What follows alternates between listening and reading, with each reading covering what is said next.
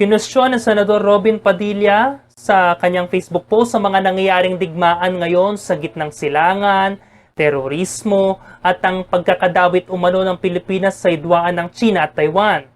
Kanyang tanong, hindi pa raw ba ito umano force majeure? Ang tanong yan nagmula sa mainit na diskurso ng mga senador nitong May 25. Kaugnay pa rin siyempre kay Senador Bato de la Rosa. Madaling araw ng May 14, matatanda ang tinulungan niyang ilabas ng Senado si De La Rosa. At sa mga susunod na sesyon, ang matagal ng absent na senador ay wala na ulit hanggang sa mag-convene bilang impeachment court ang Senado nitong May 18. At dahil hindi makapasok ang wanted na senador, may mosyon ang ilang mga miyembro ng mayorya. Kanilang solusyon, teleconference. Section 41C. After Section 41B of Rule 14 of the Senate Rules, which will state as follows. Section 41C. Allow a senator for justifiable reasons to attend and participate in the session through teleconference, video conference, or other reliable forms of remote or electronic means using appropriate information and communication technology. I so move, Madam President. Dahil dyan, pabor ang minority senators. Kaya si Padilla napatanong at dinahilan ang force majeure bilang rason upang payagan ang kanyang kabaro o kanilang kabaro sa mayorya na si De La Rosa. Matapos ito ay sinigundahan agad niya ang sumunod na post para raw palawakin pa ang ibig sabihin nito. Ayon kay Padilla, para umano mas maintindihan ng force majeure, dapat daw ay kinukonsidera natin ang mga kaganapang tulad ng bagyo, baha, lindol, gyera, terorismo, pati na umano ang paparating na La Niña sa mundo. Sabay question sa dating majority na akala raw ba niya ay proactive sila.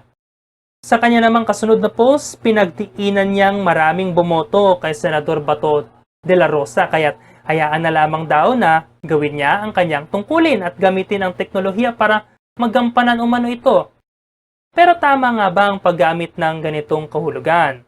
Ayon sa Merriam-Webster, ang force majeure ay galing sa salitang French na sa Ingles ay superior force. Ito ay mga pangyayaring hindi makokontrol tulad ng gyera at matinding panahon. Dahilan upang mahirapang gawin ang isang bagay gaya ng trabaho. At upang mapagpatuloy ito, maaring gumawa ng kasunduan ng isang kumpanya upang gawing rason na naglilimita sa isang tao na magtrabaho. Pero ayon sa Legal Information Institute ng Cornell Law School, ang ganitong paggawa ng kontrata ay applicable lamang sa mga business sectors. At hindi ibig sabihin na may krisis sa ekonomiya ay force majeure na kaagad ito. Ganyan din ang sinabi ng Jus Mundi na sa private sector lamang ito applicable. Hindi lahat ng krisis, partikular sa ekonomiya, ay nangangahulugang force majeure na. Ang isang gobyerno ng isang estado ay hindi nararapat na magsagawa nito. Para sa karamihan, hindi sapat na dahilan ito upang hindi dumalo ng pisikal si De La Rosa sa Senado. Gaya ni Senador Erwin Tulfo na binigyang tiin na nakakahiya lalo na sa mga ordinaryong Pilipino na nagtatrabaho kahit bilad sa arawan. I can describe it only, Ms. Caminas, nakakahiya. I mean, our salaries, 300,000 plus allowances, etc., etc. These are the money of the people. These are coming from the taxes. Yet, we're like privileged, like, nakakahiya, di ba, na you don't go to work, but you pay us, the taxpayers pay us, they have to grind, they have to go to work every single day, come hail or storm, etc., typhoon, flood. They must report for work, otherwise they won't get paid. While us, is it because we're senators? We don't need to attend the session and go to work? Paano po yung our bosses? The people are our bosses. The masa, everybody, the street sweeper, the janitor, the guards, everybody are our boss because they elected us. Our powers emanate from the public.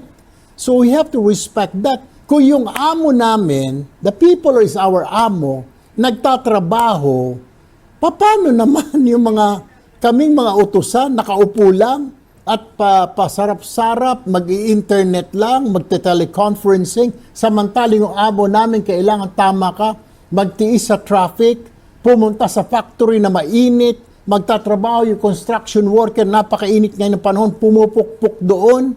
These are the people paying our salaries, Ms. Carmina. And yet for us, in the comforts of our home, air conditioned, we don't need to go to the Senate for session kasi pwede ang teleconferencing, video conferencing. Why? Kaya nga, we objected, Ms. Carmina, nakakahiya.